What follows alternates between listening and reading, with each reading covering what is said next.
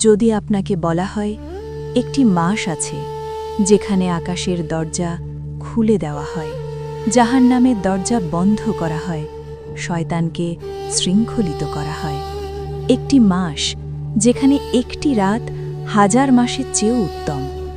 কিন্তু প্রশ্ন হল, এই রোজা কিভাবে ফরজ হল?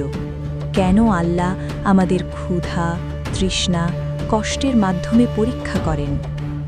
রমজান শুধু একটি মাস নয়, এটি ঈমানের মাপকাঠি। আজ আমরা জানব কিভাবে রমজান ফরজ হল, কেন ফরজ হল, আর আমরা কি সেই উদ্দেশ্য পূরণ করছি? রোজা ফরজ হওয়ার আয়াত। আল্লাহ বলেন, হে ঈমানদারগণ, তোমাদের উপর রোজা ফরজ করা হয়েছে, যেমন ফরজ করা হয়েছিল তোমাদের পূর্ববর্তীদের উপর, যাতে তোমরা তাকওয়া অর্জন করতে পারো। এই আয়াত হিজরতের 2য় বছরে নাজিল হয়।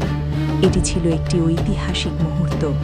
এই আয়াতের মাধ্যমে রোজা মুসলমানদের উপর বাধ্যতামূলক করা হয়, পূর্ববর্তী উম্মতের উপর রোজা। আয়াতে আল্লাহ বলেন, যেমন ফরজ করা হয়েছিল তোমাদের পূর্ববর্তীদের উপর। এর মানে রোজা নতুন ইবাদত নয়, নবী রাসূলদের উম্মতের উপরও রোজা ছিল। এটি প্রমাণ করে রোজা একটি সার্বজনীন ইবাদত। এটি আত্মাকে পরিশুদ্ধ করার পদ্ধতি। রোজার উদ্দেশ্য তাকওয়া।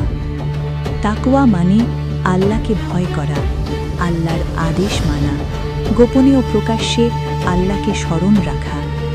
রোজা আমাদের শেখায় কেউ না দেখলেও আল্লাহ দেখছেন। রোজার সময় নির্ধারণ। আল্লাহ বলেন, রমজান মাস যাতে কুরআন নাজিল করা হয়েছে। এই আয়াতে স্পষ্ট ঘোষণা, রমজান সেই মাস যেখানে কুরআন নাজিল শুরু হয়। এটি রমজানের মর্যাদা বহু গুণ বাড়িয়ে দেয়। সিয়ামের হাদিস। রাসূলুল্লাহ সাল্লাল্লাহু আলাইহি ওয়াসাল্লাম বলেন, যে ব্যক্তি ঈমান ও সওয়াবের আশায় রমজানের রোজা রাখবে, তার পূর্বের গুনাহ মাফ করে দেওয়া হবে। সহিহ বুখারী হাদিস নং 38। এখানে শর্ত দুটি, ঈমান ও সওয়াবের আশা। শুধু ক্ষুধা সহ্য করাই রোজা নয়, নিয়ত ও ঈমান জরুরি। জান্নাতের দরজা খোলা। রাসূল বলেন, যখন রমজান আসে জান্নাতের দরজা খুলে দেওয়া হয়, জাহান্নামের দরজা বন্ধ করা হয় এবং শয়তানদের শৃঙ্খলিত করা হয়।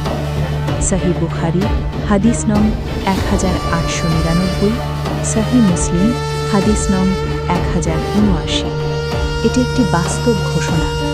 রমজান হল সুযোগের মাস। লাইলাতুল কদর।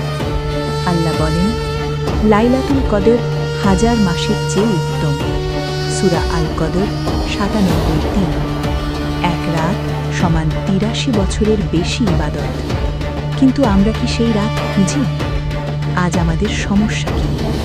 আমরা রোজা রাখি কিন্তু তাকওয়া অর্জন করি না। আমরা ক্ষুধা সহ্য করি কিন্তু গীবত ছাড়ি না। আমরা ইফতারে ব্যস্ত, কুরআন থেকে দূরে। রমজান এসেছে কিন্তু আমাদের হৃদয় কি বদলেছে? রাসূল বলেন, অনেক রোজাদার আছে যারা রোজা থেকে ক্ষুধা ও